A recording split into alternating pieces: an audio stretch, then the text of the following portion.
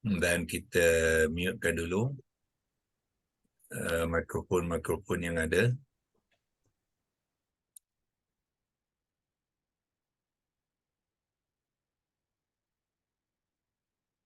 Kita lantik co-host.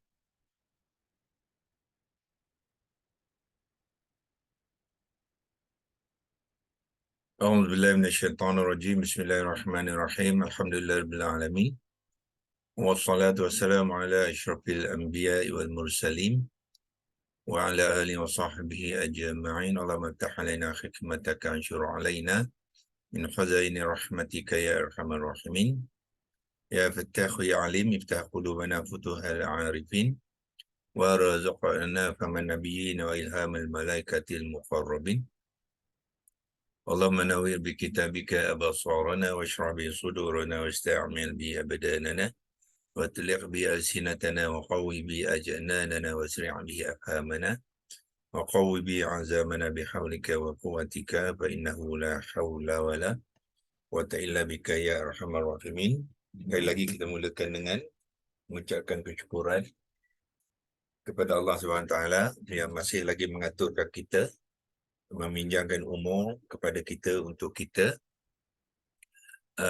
menghabiskan baki-baki masa yang kita ada untuk menumpukan kepada pendekatan kita kepada Al-Quran, ya. So, dalam niat hati kita ni kita nak jadikan Al-Quran tu teman qarib kita, ya, teman qarib kita. Kerana kalau kita jadikan Al-Quran tu teman qarib, di dunia ni dia akan jadi panduan kepada kita, di akhirat nanti dia akan jadi teman kepada kita, ya. So, kalau kita bertemankan dengan Al-Quran di akhirat nanti, insya-Allah, ya, kehidupan kita akan lebih selesa, dan kita mintakan Al-Quran itu akan membantu kita melindungi kita daripada azab-azab yang banyak pada azab tu adalah berlaku di atas sebab kesalahan kita sendiri, ya. Jadi dalam Al-Quran pun Allah telah mengajar kita macam mana kita nak mengelakkan diri daripada ditimpa azab-azab hasil pada perbuatan kita, kesalahan kita tu, dengan doa-doa yang tertentu tu. Kita meminta ampun, minta Allah lindungi kita daripada kesalahan-kesalahan, azab-azab kesalahan kita tu, ya. Kerana kalau kita nak ukur pahala untuk, orang kata, hanya bergantung pada timbangan tu mungkin tak cukup, ya. So kita mengharapkan rahmah Allah, ya. Allah akan menzahirkan rahmahnya dengan mengampunkan segala kesalahan kita dan mengelakkan kita daripada azab-azab, ya, yang sangat perik dan sangat pedih di akhirat, yang bermula dengan alam barzakh kita, ya. Jadi dengan Al-Quran sebagai teman qarib kita, kita harapkan kehidupan kita di akhirat akan berada dalam keadaan yang baik, ya, insya-Allah. Kita teruskan perkongsian untuk makluman tuan-tuan dan puan-puan. Minggu depan kita akan tukar program ni, iaitu kita akan memulakan semula sambungan melihat ataupun berkongsikan ayat di surah Al-Baqarah, ya. Dulu kita berkongsikan kalimah ilahun dan alihatan yang kita buat sekarang ni adalah unjuran daripada ayat ke-9, ya. Ayat ke-9 Al-Baqarah, kalau saya boleh kongsikan sekarang ni, ayat ke-8 ke-9 ni, iaitu terdapat dulu kalimah Allah di sini, dan kita membahaskannya. Dia adalah daripada Alif Lam Ha. Saya dah kongsi ke belum? Belum tak? Belum, Doktor. Belum, Doktor. Belum lagi share screen lah, yalah. Okey. Kita memulakan perbincangan tentang Alif Lam Ha dulu apabila kita mengupas ayat yang ke-8 ya, wa minan nasi man yaqulu amanna billah. Sebelum tu pun ada juga Allah ya. Semua ini adalah berpunca daripada alif lam ha ya. Kemudian kita melihat alif lam ha ni dalam Al-Quran digunakan sebanyak, kalau di sini ada berapa kali? 2851 kali ya di dalam Al-Quran digunakan dalam berbagai-bagai bentuk. Itulah sampainya kita ke di mana kita sekarang ya, sehinggalah kita sampai kepada ayat yang kita sudahi perbincangan semalam, iaitu kita pergi ke bahagian concordant tu ya. Kita sampai ke muka surat 2. Dulu muka surat 1 sebanyak 50 kes tu semua kita sudah kupaskan ya. Kita lihat satu-satu kalimah ilahan, kalau besarkan sikit. So dalam berbagai-bagai bentuk, ilahaka wa ilaha ilahan ya. Muka surat pertama ni pun ada berapa? 8, ada 50 kes. Ilahun tu dia mengambil bentuk kata terbitan. Macam ini ilahai ni ya, maknanya dua Tuhan ya, dan sebagainya. Lepas tu kita memasuki muka kedua dan sampailah kita ke sini 87 ya. So yang lain tu saya rasa tuan-tuan boleh buat sendirilah ya. Buat sendiri, buat latihan sendiri supaya meneruskan ya pengenalan. Kebanyakan telah pun kita telah buat sebelum. Muka 1 ni semua sudah ada di sebenarnya ya. Itu lebih kepada mengimbas kembali, tapi di dalam ayat yang berbeza itu saja, tapi aplikasi dia sama juga ya dalam konteks kalimah. So hari Isnin saya akan bawa tuan-tuan kembali kepada meneruskan perbincangan tu ke dalam ayat seterusnya ya. Kita akan hari Isnin minggu lepas kita akan mulakan mengupas ayat 9 ya, bermula dengan yukhadi'un Allah. Allah ni pun yang sama, kita tidak akan membincang secara terperinci sebab kita dah buat ya banyak minggu dah.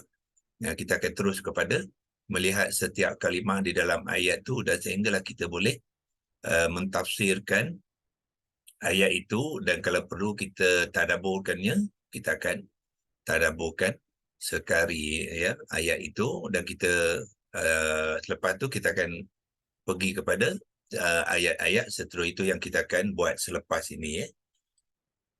Kemungkinan kita tak pergi sangat detail ya, hanya kalimahnya tentu saja yang mungkin kita buat pembentukan kalimah dan sebagainya ya. Sebab kita nak melihat isi kandungan ayat itu secara keseluruhan ya. Itu yang kita akan buat bermula daripada minggu hadapan ya, hari Isnin insya-Allah. So hari ini kita habiskan perkongsian kita ayat yang sama, iaitu ayat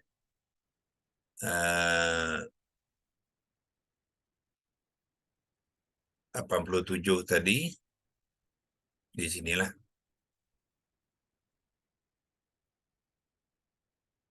Okey ya.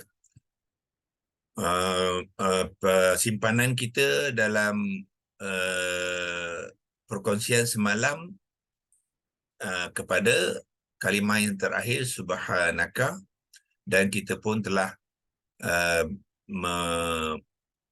membincangnya dari aspek komponen dia, macam mana pembentukan subhanaka sebagai komponen. Dia ada dua komponen, satu subhana, kemudian komponen yang kedua ialah ka ya. So subhanaka ni membentuk pertalian yang dipanggilkan idhafah. So bila idhafah bermakna subhana adalah mudhaf, ka adalah mudhafun ilaih ya. Subhana, na membaris non mengambil baris atas, menunjukkan dia adalah mansub, mudhaf yang mansub, kerana dia berperanan sebagai maf'ul maf'ul mutlaq, ya. Maf'ul mutlaq akan mengambil uh, i'rab yang mansub pada masa yang sama. Pembentukannya adalah menggunakan acuan fu'lanun, iaitu salah satu daripada acuan isim sifat mubalaghah untuk menunjukkan yang sifat kepada subhanun tu, iaitu subhana ni adalah sifat yang sangat tinggi, ya.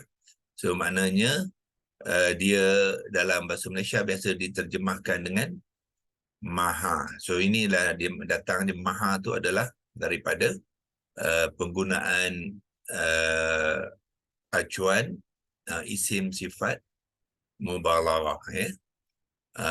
Dan penggunaan subhana ni dalam bentuk seseorang yang dipuji, diagungi, disanjungi, ya, dan diberikan penuh kemuliaan dan mengeluarkannya daripada segala kecacatan. Ya, itulah konsep subhan tu. Sebab tu yang diberikan, maknanya Allah tu dia terkeluar daripada segala kelemahan dan kecacatan, dan dia sangatlah suci, ya, maha suci. Ka tu adalah engkau. Bila dia berperanan sebagai mudhafun ilaih, dia akan sentiasa mengambil i'rab yang majrur walaupun tidak ada tanda kasrah, ya. Baris kasrah bukan bermakna majrur, ya. Baris kasrah hanya tanda saja, ya. Kalau kalimah tu dia kedudukan dia dalam bentuk majrur ataupun dalam keadaan majrur, dia tetap majrur walaupun barisnya tidak mengambil baris kasrah. Dalam konteks ni, ka ni memang isim, dipanggilkan isim dhamir yang mabni, dia tidak akan berubah, ya. Kalau dia marfu' dia ka juga, kalau dia mansub dia ka juga, dan kalau dia majrur dia pun tetap ka juga. Itulah karakter ataupun ciri-ciri isim-isim yang mabni, walaupun berubah status dia tetapi baris dia tidak berubah, ya. Jadi akhirnya kita boleh menterjemahkan dia bermakna maha suci engkau, ya. Cuba kita lihat konteks dia, ya, balik kepada ayat tadi. So di sini ialah maha suci engkau. Kalau kita nak tukarkan terjemahan ni membantu kita dalam bahasa Melayu, kita klik saja belah kanan, right click mouse tu, translate ke bahasa Melayu, ya. Dia akan translate untuk kita, ya. Jadi apa yang telah kita kongsikan daripada fanada, ya. Fanada tu, fa tu adalah maka lah, maka istinafiyah, ya. Fanada maka dia menyeru, ya. Dia nada tu menyeru fi di dalam harfun jar. Harfun jar mesti diikuti dengan isim yang majrur lah, fil zulumati. So ati ni menunjukkan majrur, ya. Sebab kalau mansub pun ejaan dia sama, ya. Sebab ini adalah kalimah, kalau kita besarkan sikit lagi, ya, kalimah muannas yang jamak salim lah ni. Bila ada ati tu makna jamak salim. Ya, kita telah belajar dalam kelas-kelas yang mengikuti kelas intensif bahasa Al-Quran, ya. Kita memperkenalkan konsep jamak salim kepada kalimah yang muannas. Dia di hujungnya imbuhan dia lah ati, iaitu alif kecil dengan ti ni. Dia sama kalau status dia mansub ataupun majrur, ya. So macam mana kita nak mengenal, kita kena tengok di dalam ayat tu. So dalam konteks ni ada fi harfun jar, bermakna dia majrur lah, ya. Kalau konteks lain, kalau tak ada harfun jar, kalau dia objek, dia mengambil i'rab yang mansub, ya. Sama ejaan dia, al-zulumati juga. Allah kita telah kupaskan dulu. Al adalah harfun masdari, partikel of subordinate ataupun subordinate particle. Huruf subordinate. Itu Melayu dia lah ya. La kita sudah mengetahui sekarang. La adalah la nafiah lil jinsi. So la nafiah lil jinsi dia mempunyai fungsi seperti inna. Ya, iaitu dia ada isim dia yang mansub. So isim mansub dia ialah ilaha. Ya. Kalau kita gunakan kotak tu untuk membantu, so la adalah la nafiah lil jinsi. So dia mesti ada isim dia, isim yang mansub. Ini isim dia, ilaha. Ya, so karakter isim kepada la nafiah lil jinsi kita akan dapati ya, dia adalah sebenarnya isim mufrad nakirah ya. Dia mufrad, dia nakirah, dia juga mufradah tapi dia mengambil i'rab yang mansub, dia tidak bertanwin. Ya, ilaha itulah bentuknya. Dia dalam ayat-ayat lain pun kita akan jumpa sama. Dalam ayat kedua Al-Baqarah tu la raiba ya, la raiba fi tu raiba tu sama juga ya, dia adalah bentuk isim nakirah mufradah yang mansub tanpa tanwin ya. Dia tidak akan mengambil baris lain. Dia baris ini satu saja. Itulah karakter cara kita nak mengingati dia lah. Kemudian apabila ada la, ila dah dinafikan Tuhan-Tuhan tu, maknanya dia mengatakan memang tidak ada Tuhan pun. Jadi ayat tu akan sambunglah. Melainkan.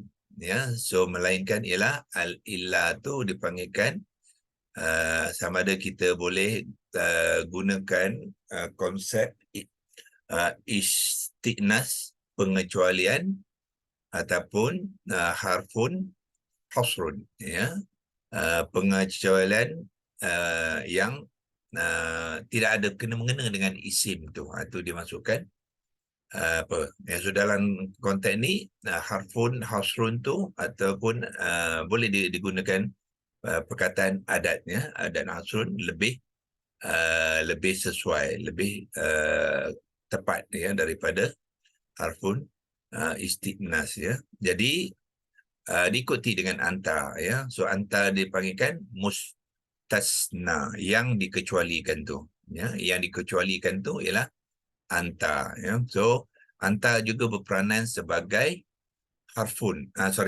sebagai khabar kepada la nafiah ni lah ya. La nafiah dia ada isim dia ya, kemudian dia ada khabar dia. So ini dia punya isim dia dan ini dia punya khabar dia. Isim dia tetap akan mengambil mansub dan khabar dia akan mengambil marfu ya. Dan akhir sekali subhanaka ya. Jadi maknanya anta tu Allah nak tambahkan lagi ya, adalah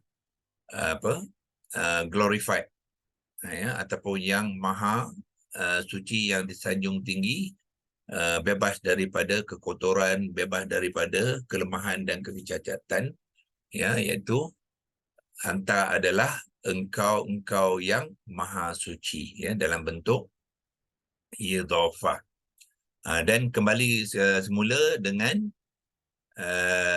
pengakuan Nabi Yunus mengatakan ya, ini menunjukkan kepada dia itu sebagai pelaku yang mengatakan fanada tadi, yang telah menyeru tu.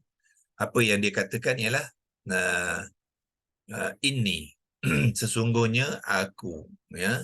Ini adalah daripada inna dengan ni, asalnya inna dan diikuti dengan ya mutakalim. So non yang asalnya berbaris atas tu akan bertukar kepada baris bawah untuk meraihkan hukum tajwid ya. Hukum tajwid kepada ya tu berperanan sebagai ya mad ya. So jadilah ini ya. Kuntu ya. Kuntu adalah daripada kalimah kana. So bila ada kana, dia juga memainkan peranan berfungsi sebagai mempunyai isimnya yang marfu' dan khabarnya yang mansub, ya, khabarnya mansub, ya. Okey, so kuntu adalah dibangunkan daripada kana dan ditambahkan dengan fa'il tu bermakna aku. Jadi bila kana digabungkan dengan fa'il tu, huruf nun di dalam kana tu disukunkan, ya. Disukunkan. Apabila disukun, kemudian alif digugurkan, ya. Huruf ilah dalam kana tu alif digugurkan, kemudian ka tu akan mengambil baris dhammah kerana huruf akar yang kedua tu adalah huruf waw, ya. Kalau huruf akar kedua waw, jadi kalimah tu kena mengambil huruf kaf tu kena mengambil baris dhammah. Sebab itulah terbentuknya kuntu, ya. Bermaknanya apa? Kuntu ni adalah aku, ya. Dia sebenarnya fi'il madhi kana ni, tetapi dia dikumpulkan dalam kumpulan fi'il madhi naqis. Dia tidak berperanan sebagai kata kerja yang dilakukan oleh fa'il. Itu dinamakan fa'il madhi naqis. Dia fa'il madhi yang tak sempurna lah, ya. Yang tak sempurna.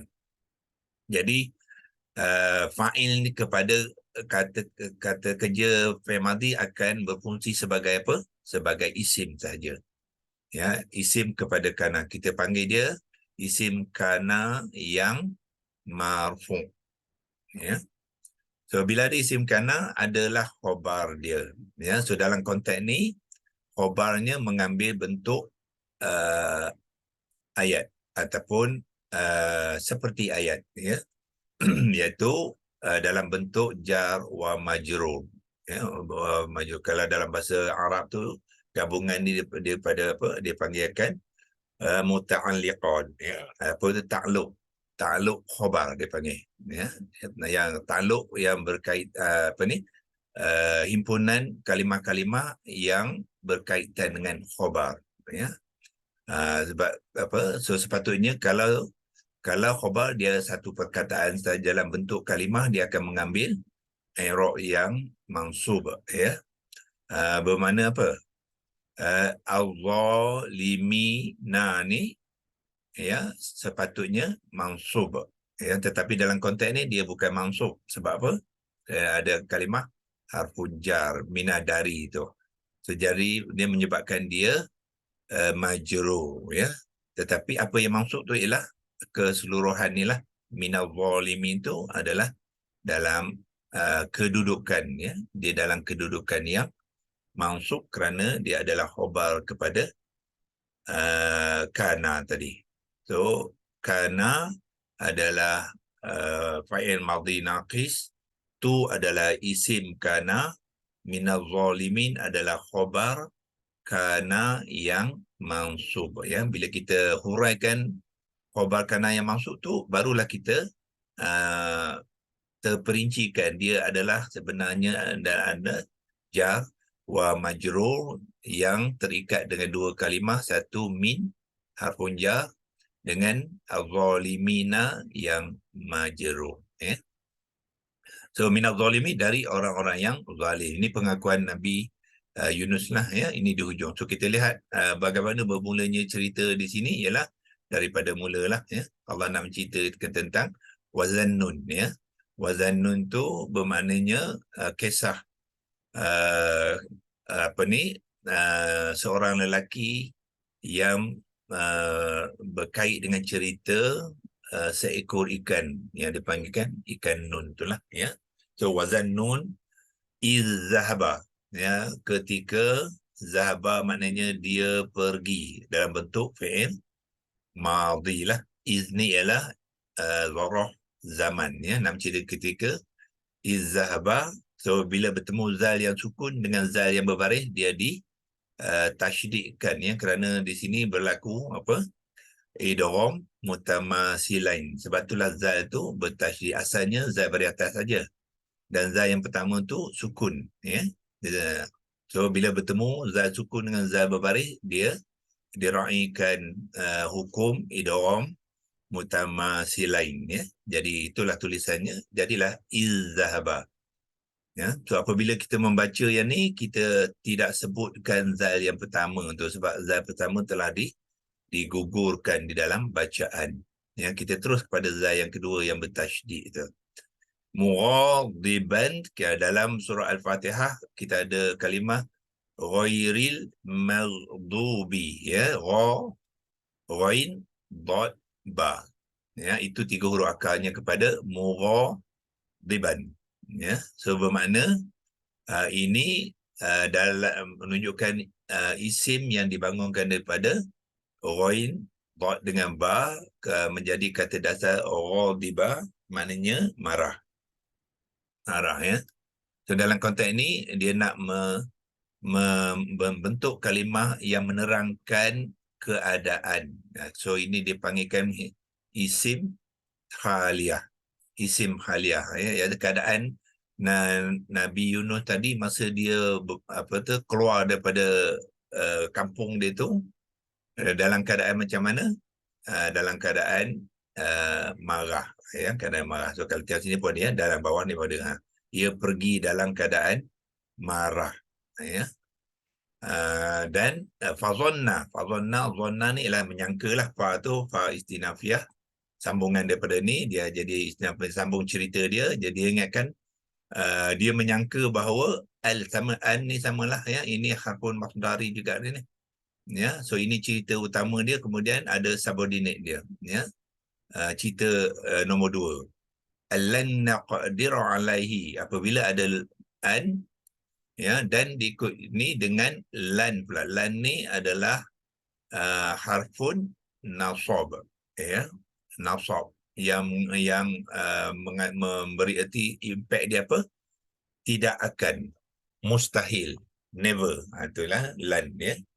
Dan dia akan sentiasa memberi, dia amil kepada fi'il mudhari', ya. Dan fi'il mudhari' kepada lan akan sentiasa mengambil status yang mansub, ya, status yang mansub. Sebab itulah ra bari atas, ya, ra bari atas ni menunjukkan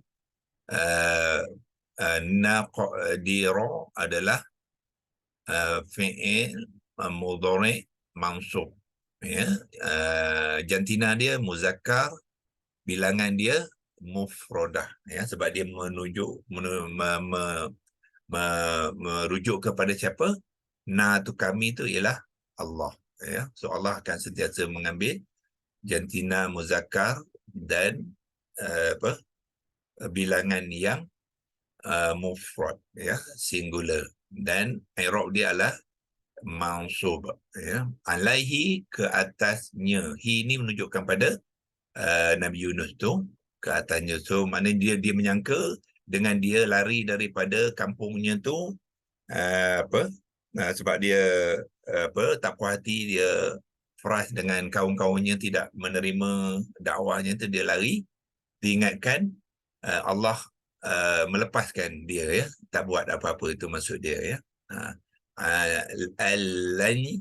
Lan naqdir alaihi, ya. Sini pun sama, ya, dalam konteks tajwid kita tengok juga sekali nun yang bertemu dengan nun, sama dengan konsep tadi. Zal sukun bertemu dengan zal baris, dia akan melibatkan idgham mutamasilain, ya.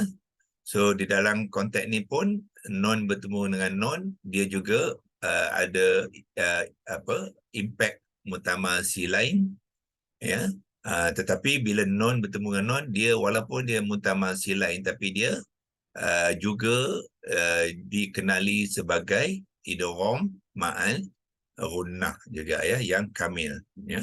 So apabila ada bertasydid itu menunjukkan idgham tu berlaku secara sempurna. So dipanggil idgham ma'al ghunnah yang kamil, bermakna nun yang pertama tu digugurkan dalam bacaan, ya, yang ni hanya dibaca nun yang kedua. So lam ni kita baca terus kepada nun, ya.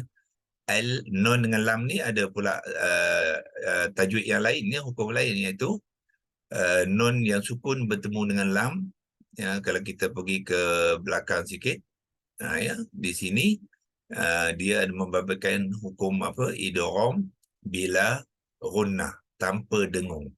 Yang ni nun akan hilang dengungnya, di sini nun akan didengungkan dengan sempurna ya.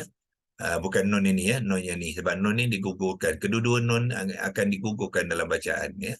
Dalam bacaan yang ni digugurkan tanpa dengung ya. Yang ni dia digugurkan ya, dan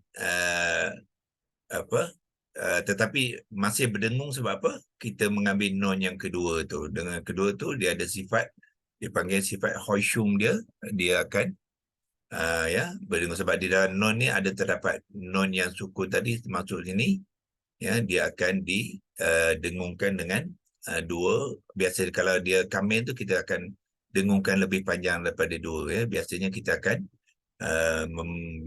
memanjangkan dengung tu kepada 2 hingga 3 harakat ya. Itulah sebagai rumusan ataupun penutupan kita kepada ayat ya, ayat ini. Dan insyaAllah minggu depan kita akan memulakan terus menyambung perbahasan kita dulu untuk mengenal kalimah-kalimah yang ada di dalam ayat itu, menterjemahkannya, dan terusnya kita menterjemahkan ayat itu, dan kita bantu sikit dengan tafsir kepada ayat itu, dan juga kalau perlu kita buat ya tadabburnya sekali, kerana Imam Ghazali sangat-sangat serius ya dalam mengatakan apabila kita membaca Al-Quran ya, jangan lepas daripada mentadaburi ayat-ayat itu. Maknanya merenungkan isi kandungan itu, kaitkan dengan kehidupan kita, dan fikirkan ya apa yang tindakan yang kita perlu lakukan ya berkaitan dengan ayat itu ya. InsyaAllah kita akan buat pendekatan itu, dan kita akan sama-sama berkongsi ilmu itu ya. Walaupun saya berkongsikan ni, sebenarnya saya pun masih belajar ya. Dengan mengajar ni sebenarnya tuan-tuan dan puan-puan, kita sebenarnya pun belajar. So saya sangat galak-galakkan ya kepada tuan-tuan dan puan-puan yang mana ingin memulakan proses berlatih. Kalau nak sebut berlatih mengajar pun tak apa, berlatih berkongsi dulu ya. Buat latihan perkongsian ya, secara step by step lah, pelan-pelan. Daripada itu kita sebenarnya akan belajar dengan lebih kemas lagi ya. Sebab kita kena tumpukan maklumat itu, susunan dia, cara kita menyampaikan aturkan maklumat yang banyak tu dalam cara yang sistematik dan tersusun dan sebagainya. So banyak sangat yang kita boleh belajar daripada situ ya, insya-Allah. Nak tanya yang tadi tu, Ya. ayat yang tadi tu, dia kata inni kuntu minaz zalimin tu, inni kuntu tu kan dia apa, khabar isim kana, yang Ya. minaz zalimin tu dia dah jadi apa, khabar lah kan, khabar kana tu, jadinya dia asalnya mansub. Lepas tu kalau dalam ayat ni kita nak terangkan dia berubah dari mansub, dia berubah menjadi majrur lah, kerana ada perkataan min tu ya. Macam tu ayat dia bila kita nak terangkan macam tu. Ya, mansub tu khobar ya. Khobar. Khobar. So maknanya bila kita kata khobar yang mansub tu bukannya zalimin ya. Sebab sini khobar dia sudah terikat sekali dengan mina ni. Jadi mina zalimin tu yang jadi mansub. Status dia tu. Status dia mansub. Tapi nak cakap nak huraikan yang mansub yang majrur ke? So bila kita menerangkan walaupun dia mansub tetapi dia ada beberapa lapisnya. Lapisan dia yang ni khabar dia yang mansub, tetapi khabar yang mansub tu sebenarnya adalah terdiri daripada jar wa majrur, yang mana harfun jar dengan isim yang dengan isim yang majrur. Tu ya, dia ada layer dia, ada lapis-lapis dia ya. So bila kita nak berbincang tentang khabar yang mansub tu bukannya al-zalimin lah ya, adalah minaz zalimin sekali ya, dalam bentuk separuh ayat dia panggilkan ya, syibahid jumlah dia panggil ya, seperti ayat. Dia tidak ayat yang lengkap ni ya, dia jawab boleh mengambil peranan sebagai khabar. Maksudnya kita kena terangkan dia minaz zalimin adalah khabar kepada isim kana tadi yang Khabar mempunyai kepada kana khabar kepada kana ya. yang mempunyai dua elemen harfun jar dan isim yang majrur lah kan, macam tu ayatnya. Ya, Untuk yang terdiri daripada dua komponen, dua kalimah. Komponen ni ialah kalimah lah, iaitu mina dengan al-zalimin. Mina dan az-zalimin. Hmm. Lepas tu nak cakap yang majrur macam tu. Ya, mana? Al-zalimin Yalah, memang dia majrur lah. betul nak cakap majrur lah sebab dia kan ada dua i'rab tu. Yang tadi mansub Ya, betul ya. tu. Inrob, yang ni inrob subset dia dipanggil ya, subset dia. Subset kepada khabar ni ialah harfun jar dengan isim yang majrur. Itu subset dia. Kedua-dua tu membentuk khabar. Khabar tu yang mansub. Khabar tu mana status ya. Status dia kadang-kadang tidak ditunjukkan dalam bentuk bentuk baris. Sebab dia bukannya satu kalimah. Kalau satu kalimah tu kita nampak baris dia. Tapi kalau dia dalam bentuk ayat, kadang-kadang bentuk ayat ya, pun boleh jadi khabar juga. Okay, terima kasih Prof. Okay. Assalamualaikum Prof. Kalau khabar ina pula yang mana? Okey, khina khabar di mana? Ni ya, okey. Itu pun sama ya. Itu ada layer yang pertama ya. So khabar inna, okey, inna adalah harfun nasab. So bermakna ya mutakallim ni adalah isim kepada inna. So dia jadi isim yang mansub. Kemudian ya tu apa cerita dia? Khabar ni senang je kita nak identify ya. Inna tu apakah cerita kepada isim tadi? Macam ni tadilah. Kana tadi, tu ni ialah isim dia. Apakah cerita isim dia? Ialah minaz zalimin. Inilah yang menjadi khabar. Begitu juga ini. Apa cerita aku tu? Ya, sesungguhnya aku tu apa cerita? So, cerita ni ialah yang ni ialah kuntu minaz zalimin. Itu menjadi khabar dia. So sekarang ni kuntu minaz zalimin sudah menjadi satu ayat. Ya, so ayat ini mengambil bentuk apa pula? I'rab dia. Jumlah Dia marfu'. Sekarang ni status ayat ni ialah nominatif. Marfu' tu mana nominatif? Sebab isim inna adalah mansub, ya mutakalim adalah mansub. Ya, kemudian khabar cerita tentang aku tadi sekarang sudah menjadi marfu'. Apa cerita dia? Kuntu minaz zalimin. So inilah khabar kepada aku. Sedangkan bila pergi ke sini subclause yang ni pula, tu ni aku juga, tapi dia isim kepada kana ya. So apakah khabar cerita pada tu ni ialah minaz zalimin. So yang ni khabar yang mansub kepada tu, sedangkan kuntu minaz zalimin ialah khabar yang marfu' kepada ya mutakallim kat sini isim kepada inna ya. Itu menariknya bila kita dapat menguasai ataupun memahami konstruk ya, pembentukan kalimah dan juga ayat-ayat Al-Quran ni, dia akan banyak membantu kita ya. Dengan bila kita membaca tu kita dapat ya dia punya bantuan tu untuk ya memahami ayat-ayat tu apa yang Allah nak sampaikan ya kepada kita. Kadang dia ada 2-3 lapis ya yang kita boleh pecahkan lapis-lapis satu-satu. Ya, kemudian dia kadang-kadang bertindih-tindih ya. Cuma kita nak tahu nyusun saja. Jangan dia kelang kabut orang kata ya. Jangan kita bercampur-campur adukkan dia. Susun dia elok-elok. Keluarkan maklumat tu dan susun dia elok-elok, kita akan nampak jelas ya.